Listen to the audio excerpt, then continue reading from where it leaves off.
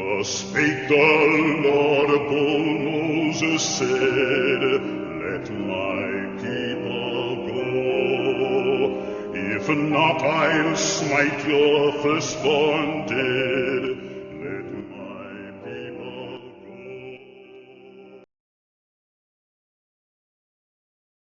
go. Why don't you just tell us a little bit about who you are and what you're doing here at the Roby Theater Company? Hit it. Hi, I'm Tamara Eldesir, and I'm the production stage manager for No Place to Be Somebody. And what does a production stage manager do? Well, we do the best we can to make the director's vision a reality. And tell us a little bit about this particular play. I believe it took place in 1969 or something? That's right, 1969 Greenwich Village. The play won the Pulitzer Prize in 1969 by Charles Gordon. It's written by Charles Gordon, first African-American playwright to win the Pulitzer Prize. And how long have you been affiliated, and in what various ways, with the Roby Theater Company? Wow. About 2 years. As an actor at first, I did the first stage reading of Magnificent Dunbar Hotel, and then this summer I worked as the intern, the summer intern through the Los Angeles County Arts Commission, and now I'm back as a stage manager. And that's what I was getting at. So this gives you a broad experience in the world of acting from both sides. Yeah, oh, definitely. I mean, I have dreams to become a director one day, so I mean, being able to work with Roby from the acting standpoint, and then now from the technical side, and then also as an intern from the administrative side, I learned a lot about the way theater is kind of run. All right, so in closing, why don't you tell us what tonight is, how close we are to concluding this particular presentation? Well, tonight is the last night performance for No Place to Be Somebody. I mean, it's been a great run, and I hope everybody enjoys it. Fantastic. Thank you very much.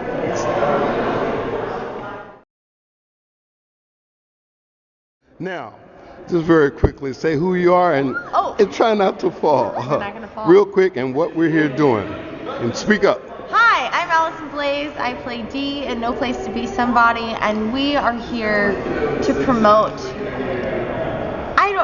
faith, art, beauty, love, passion, fighting for the underdog, and that's why we're here. And this is amazing. Could you please introduce your shy, timid, beautiful, mysterious friend? She's all those adjectives, and this is Megan Lang playing Mary Lou Bolton.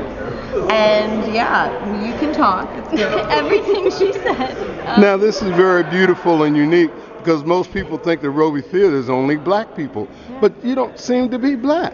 We are not, in fact.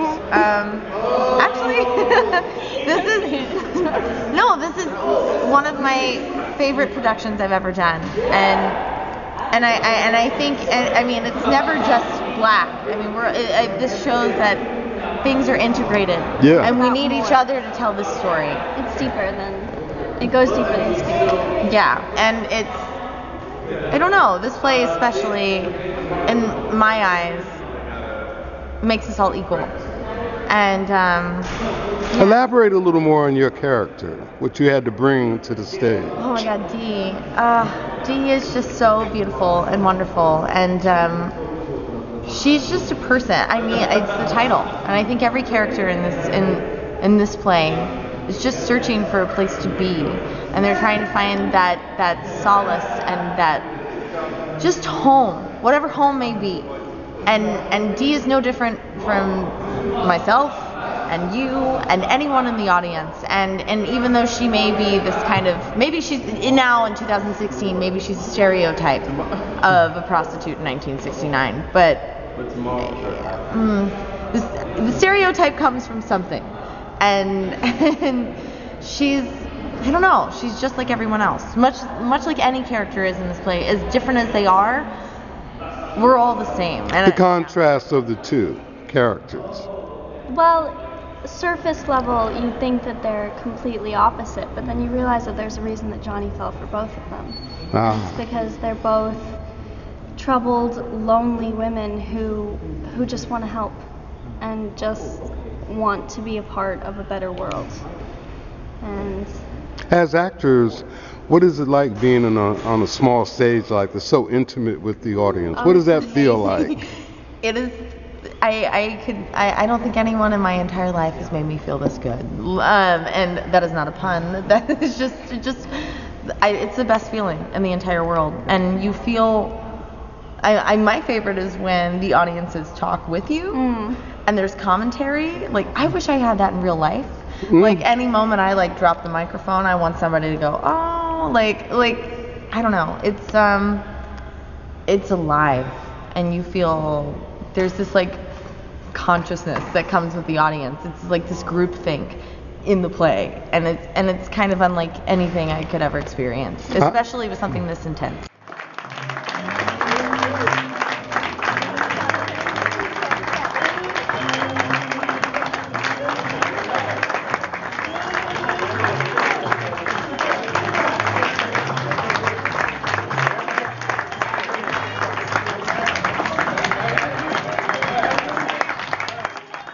I understand that in each play, for whatever run, like this was about a month and a few days run, I understand that each performance, it gets better and better and more like family and tighter and tighter.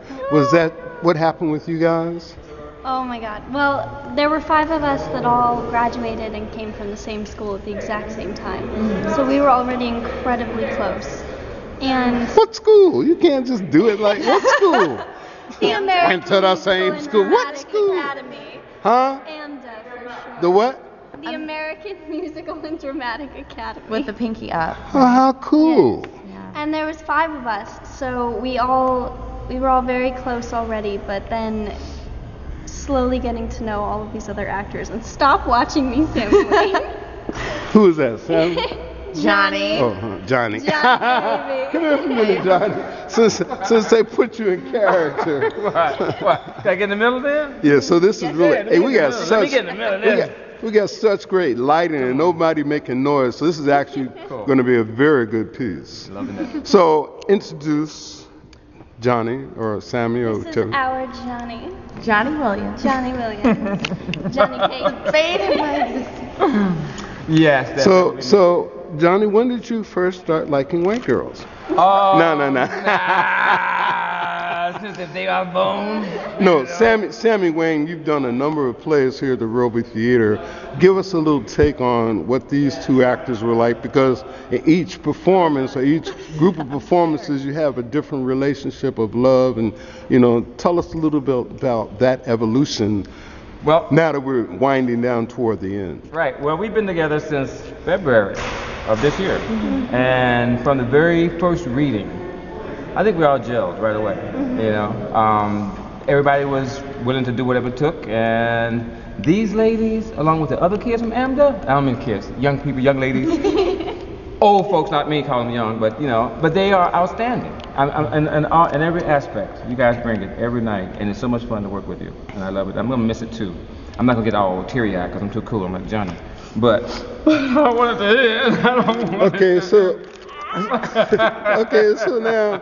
So tell us a little bit about your character's view of Johnny, and what your character wants from him for real. Because I was wondering, what does she want? Johnny represents everything that I have been kept from. He represents freedom and a power to be myself and be a woman and not. I've been constantly kind of oppressed by the men in my life, and he gives me the freedom to be. And it's everything that Gabe says. And everything that I Gabe initially says. I just want to get out of my life for a minute and forget who I am, and then I fall in love, and I just want him to love me as much as I love him, and I will do anything to get Wow. his love. So is this actually the love that someone might have for a pimp, or is he actually a cool dude underneath all the bullshit? You asking me? Either one wants to answer that. Well, I will say, this is not a love for a pimp. This is a love for...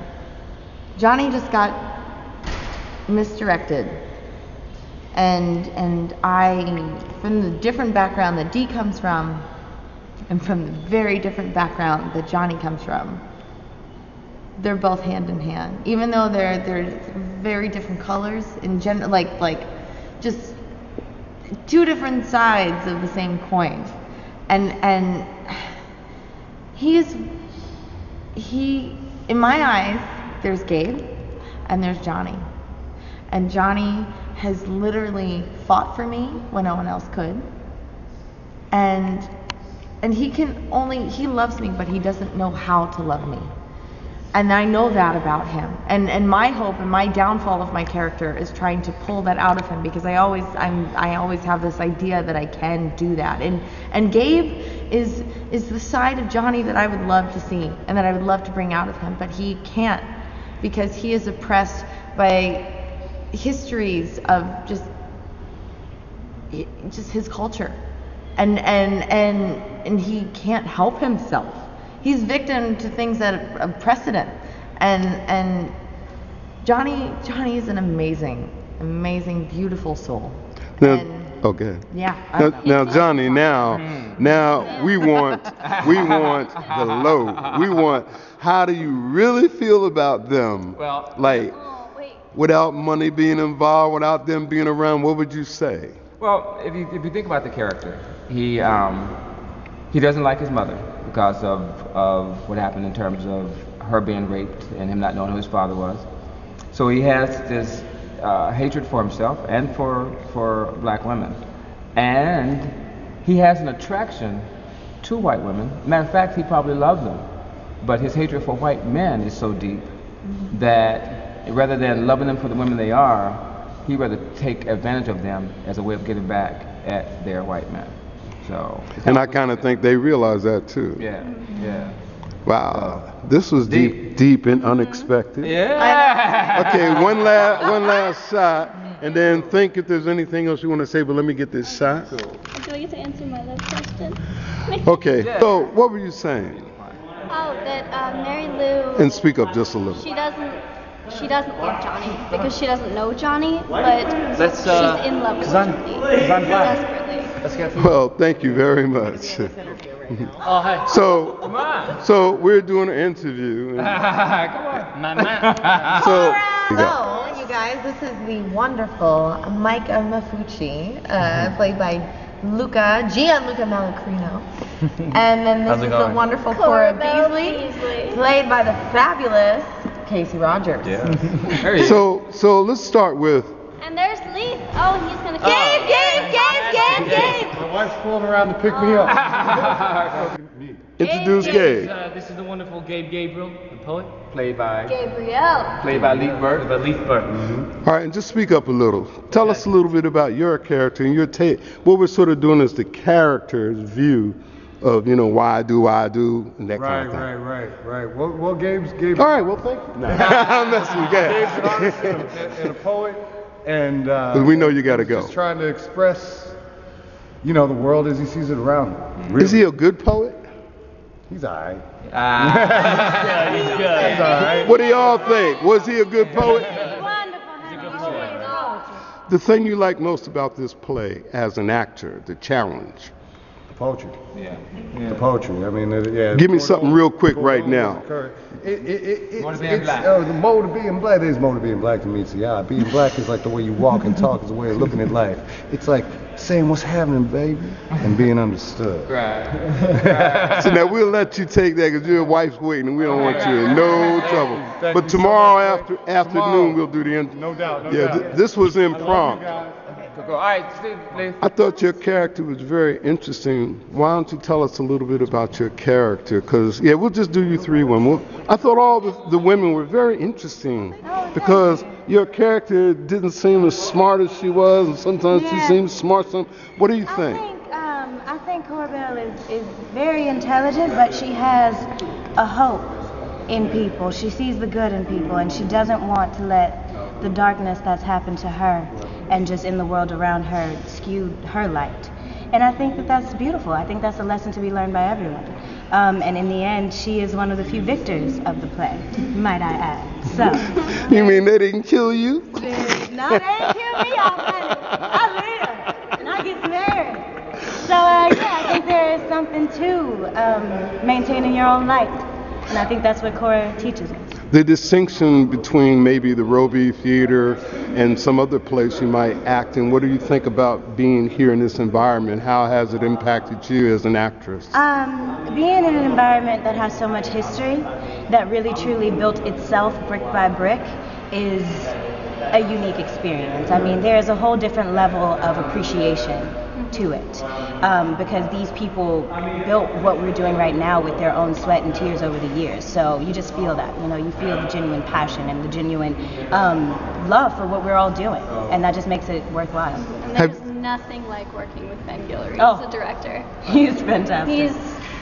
He's so alive. When he played that role, which I missed, but when he played that role, what did you think of him then as an actor? He was nuanced and detailed and thorough and just gorgeous. I just don't understand how his mind works. I just wish mine worked like that. Do you find him to be patient, a slave driver? You're making that sound because in his patience, Ben just goes, mm-hmm. And that's when you know you did a good job. Yeah, that's how you know. Otherwise, you won't know, and he will just wait for you to find it. And that's something rare to find in a director. And what was it like, I asked them, what was it like for you to be that close to an audience? And you're performing that close. They're like right on you. I mean, it has its moments where it's super exciting, like in my wedding scene when everyone is happy for me and I'm just out there in the world. It's nice to have them close to me. But there are moments like in the joint scene where I have to admit that I'm unable to have children. That it's more difficult to have an audience that close to me because you're having a very intimate moment and it feels like kind of an invasion. And you really have to stay in the world to do that. But hey, it's a challenge as an actress and I enjoy it.